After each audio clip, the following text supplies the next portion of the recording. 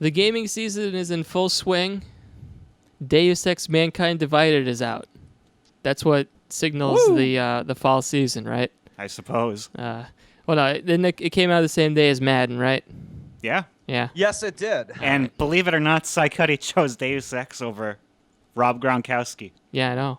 It was it's a hard choice. As many of our fellow listeners out there know, I'm a big New England and Boston sports fan, and I root for the Patriots. So anybody who hates Tom Brady can suck it. Okay. Yep. I don't There like go Tom all our Brady. listeners. I don't hate him, but I don't like him. Does Adam Jensen hate Tom Brady? Yeah, what if Jensen hated Tom Brady, man? Well, then Adam Jensen needs to get his facts straight. Is Tom Brady an Og? At this point, I think even if he had augmentations, I don't think he could still play in the NFL. Oh, all right. Anyway, Deus Ex: Mankind Divided. You guys played it, Red and Psy. How is it? Yes. What's the deal? So far, Ryan, I am thoroughly enjoying Deus Ex: Mankind Divided. As I was speaking with Red a little earlier today, this is the perfect game for people who love action, mystery, cyberpunk, sci-fi, or just government conspiracy nuts. It has all of that and more. It has the action, the stealth, and having the RPG elements in it. You get to choose whether Jensen can be a man of peace or a sociopathic shoot-'em-up psychopath. But anyways, Ryan, why don't we delve into a little bit about the game? This is the sequel to Deus Ex: Human Revolution that came out a few years ago. Without getting too much into the plot, the world of Deus Ex, taking place now 2 years after the events of the last game, the world has descended into I would say chaos. There is a lot of people who, based on the events of the last game, are against augmented individuals, and this game does a very good job at showing that. Many people are there's a lot of augmented propaganda out there, and now many governments have taken steps against augmented individuals. Taking place, for example, the main story play takes place in the Czech Republic capital of Prague, and what's gone on there is that augmented individuals are discriminated against on almost a daily basis, almost to the fact that there are now quote unquote ghettos where they are now shipping augmented people. It's what we're looking at is a modern day apartheid, or in that day a modern day apartheid. Perhaps almost even a modern-day Holocaust when it comes to the augmented individuals, and they actually take some real-world events as well. You see posters there that say things like "Aug Lives Matter," which of course is incorporated into the Black Lives Matter movement. But that's just a little bit of the scenery. That's only just a little bit of the background story that takes place in the game. In Mankind Divided, you star once again as Adam Jensen, now working as an Interpol agent. Basically, he's tracking down fugitive augmented terrorists, and he's once again engulfed into a conspiracy on who exactly is behind this plotting that's trying to shift the general consensus of augmented people.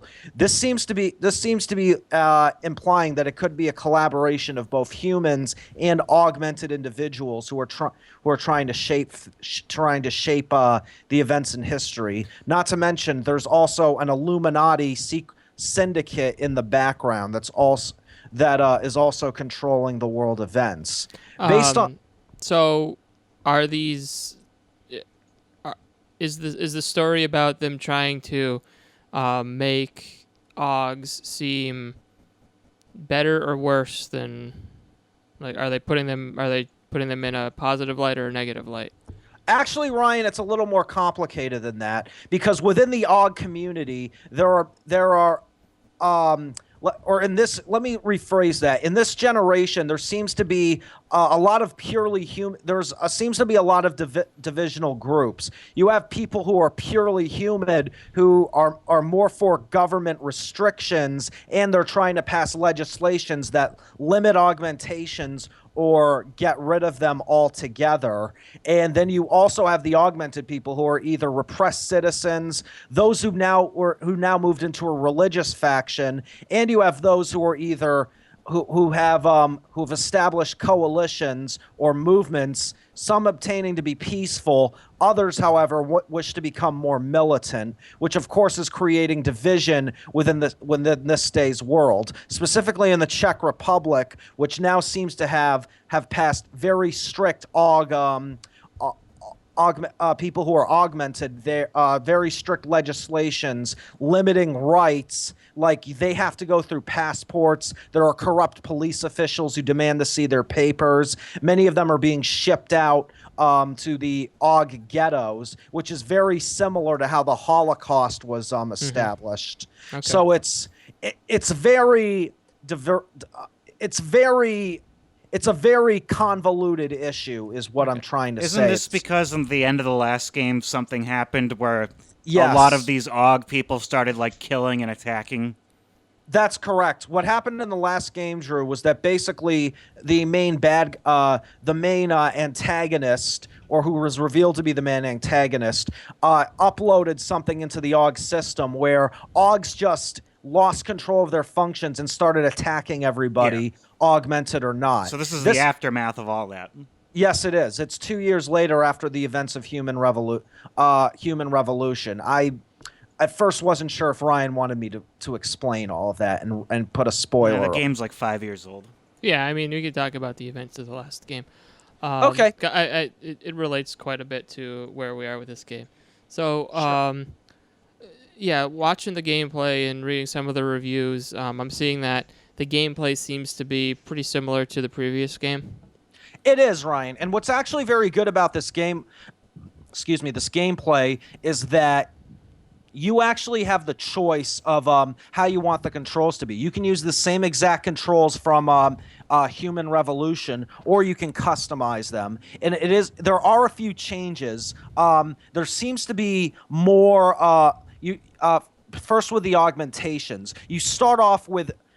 Unlike the first game, you don't start off building from the ground up. You do get augmentations, and you get to augment those other augmentations to improve them. So you do start off with some powers, then you get to reconfigure them a little later in the beginning of the game, and then eventually build up using the praxis points you receive. How's the balance between stealth and like combat? Do you find that both approaches are well implemented? Like, if you want to be stealthy, you can be stealthy. If you want to just shoot everybody up, you can do that too. Yes, you can, Ryan. They actually give you a lot of free reign in regards to that. You can do the stealth approach. You can easily find cover spots. In some ways, I think stealth might be is actually much more easier than just graphic combat. Mm-hmm. However, you do have augmentations that can improve both aspects. Specifically, if you want to take more hits or know how to duck, or you can just duck and cover well, you can actually be the shoot 'em up. Or you can use the skills you have of using cover, and you can use your AUGs, so you can easily bypass and sneak by the security. Yeah, well, I saw that they gave Jensen a move very similar to, that blink ability in Dishonored, where you go from... You point at where you want to go. And and then he zooms right over. There. Yeah. They gave Jensen that move, I saw. You do have that, and there are specific augmentations that can show like where the bad guys are. You can use super speed. You basically... what's interesting is that... actually, I can't really reveal... I'm trying to phrase it so I don't reveal too much, but Adam actually has some what seems to be evolutionary augmentations, mm-hmm. which part of the mystery is not knowing how he got them. Mm-hmm. So, but again, but besides the main storyline, there are also many side mission quests, which I also find very interesting, because I think they A, pertain to the story, and B, pertain to what Adam Jensen's character can be.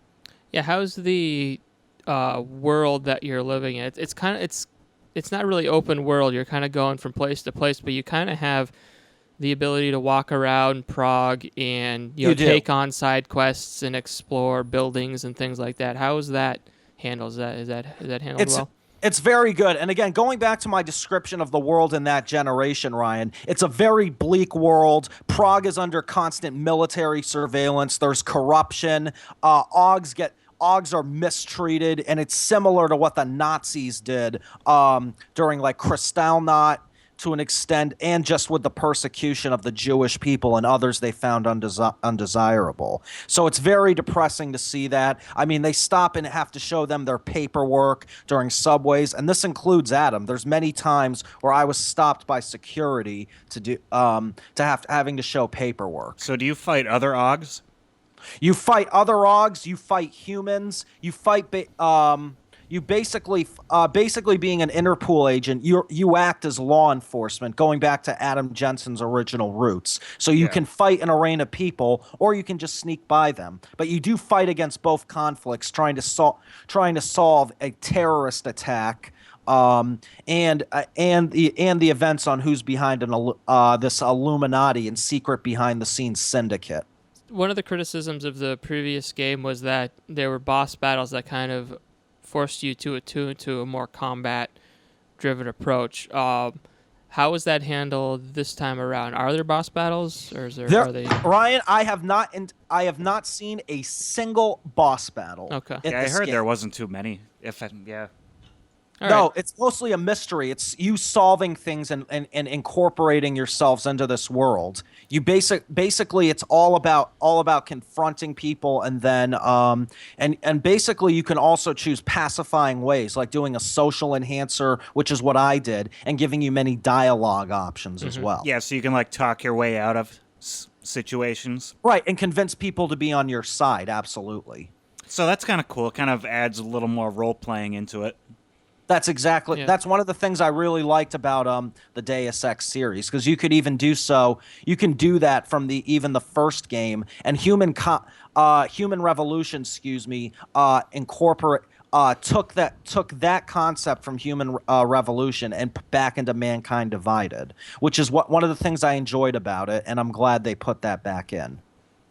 So do you feel like the story is well told and you're getting something out of the interactions? I am, but again, I'm a fan of the series, Ryan, and I do like how it's going. It's a very complex story. Again, there's many chapters. There's a lot going on, and it is crammed in. But being a fan of the series, I do find it pretty easy to follow, or I at least get the gist of what's going on. Okay. So that I think they do a pretty good job at.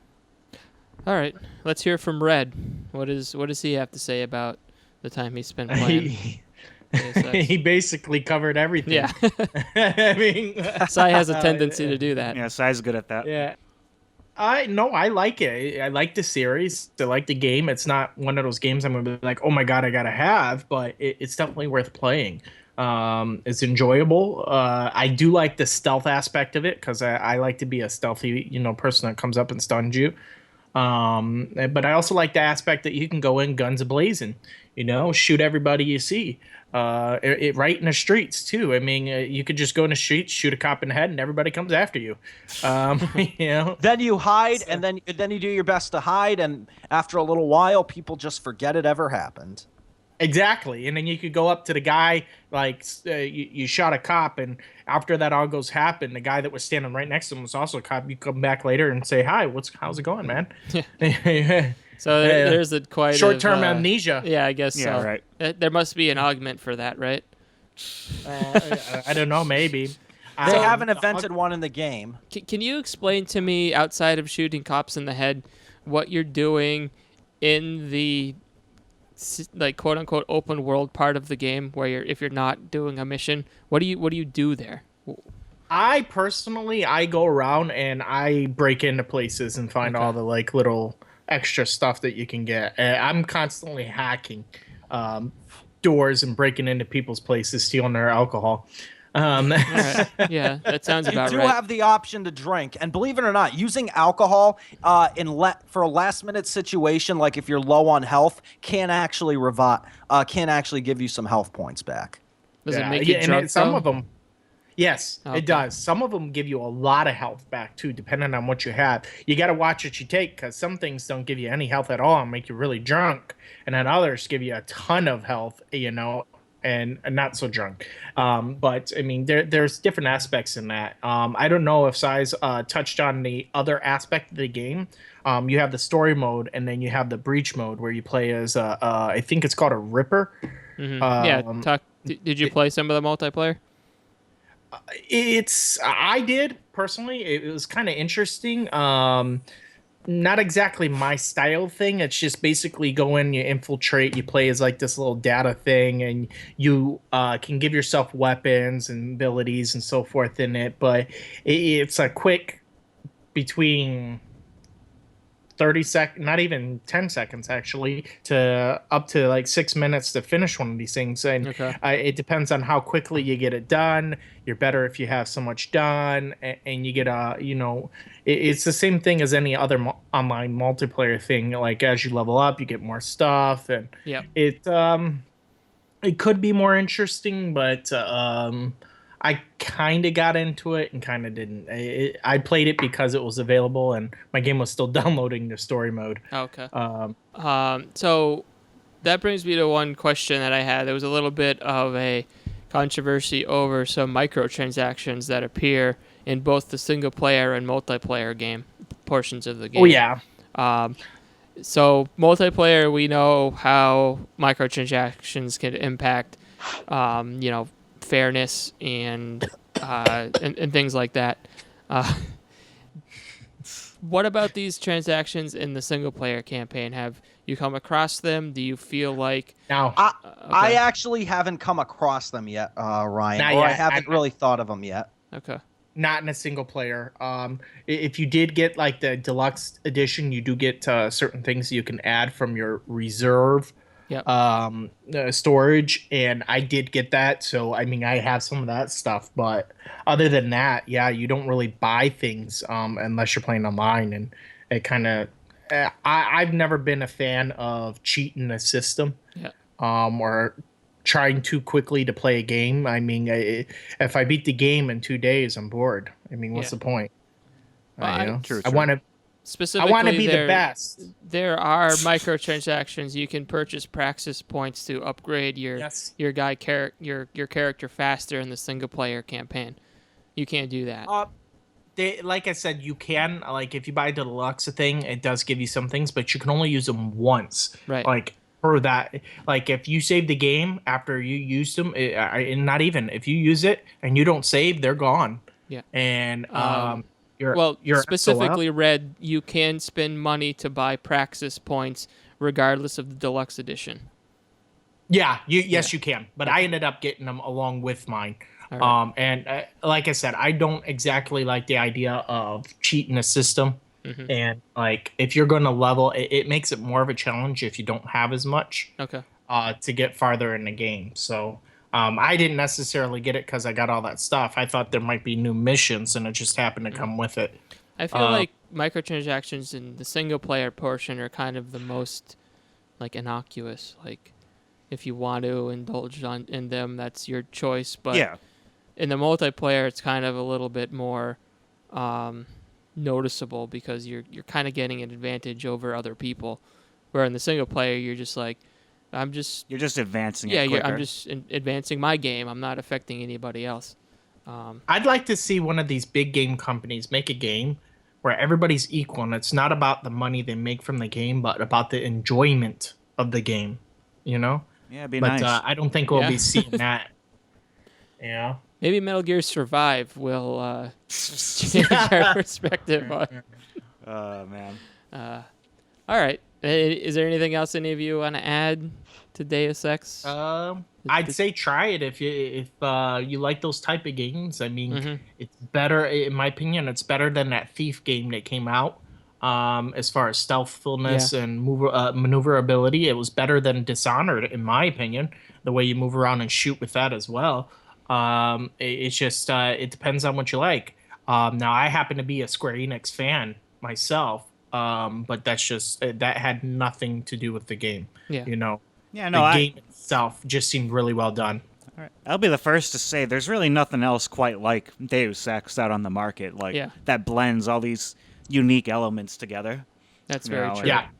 Yo, I agree. Absolutely. And yeah, the world's and this is I noticed this is playing Human Revolution. The world isn't necessarily big like an open world, but it's very dense. Like you can kind of go anywhere, like you were Correct. saying, hack into anything, break into places. You know, like hacking's actually a kind of a they do hacking like more in depth than like Watch. You know, like games that are focused more on hacking.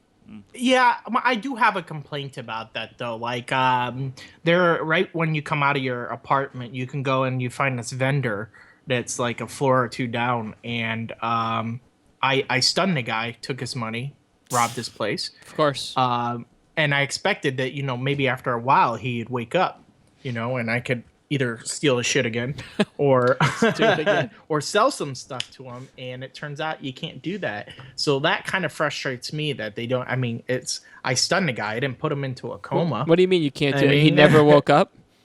No, he hasn't woken up yet, and I've gone back there a few times. He's just They're chilling? still they're still no, they're just says they're out cold, and they're still where I dragged their bodies and left them in the bathroom. All on top of each other. That's hilarious. All right. So, are you saying that you could technically knock out everybody in the city and drag them all into the same bathroom and leave them there for the entirety of the game? Yes. Is that a possibility? You could do that up to a point. I mean, if you have enough stuff to do that, because every time you use the knockout thing, it uses your energy, your Yeah. biocell energy. But it's possible to do that. If you have enough stun ammo right, I'm and buying the enough game. energy to do that, yeah, you could technically knock out every single person and just drag them around, and put them in rooms, You just and sold then the just game. walk around the city. Yeah, right. Yeah. I'm gonna pick it up. Player I'm gonna- That's how you choice. beat the game. Yeah, that's all I'm going to do. That's gonna be my entire playthrough of the game. I'm not gonna do any missions. I'm just gonna do that. All right. Well, sounds like this is It's a two thumbs up from Yep. Cy and Red. 2 thumbs up. It is 2 thumbs up, and so far, it's going to be on my list of games of the year, everybody.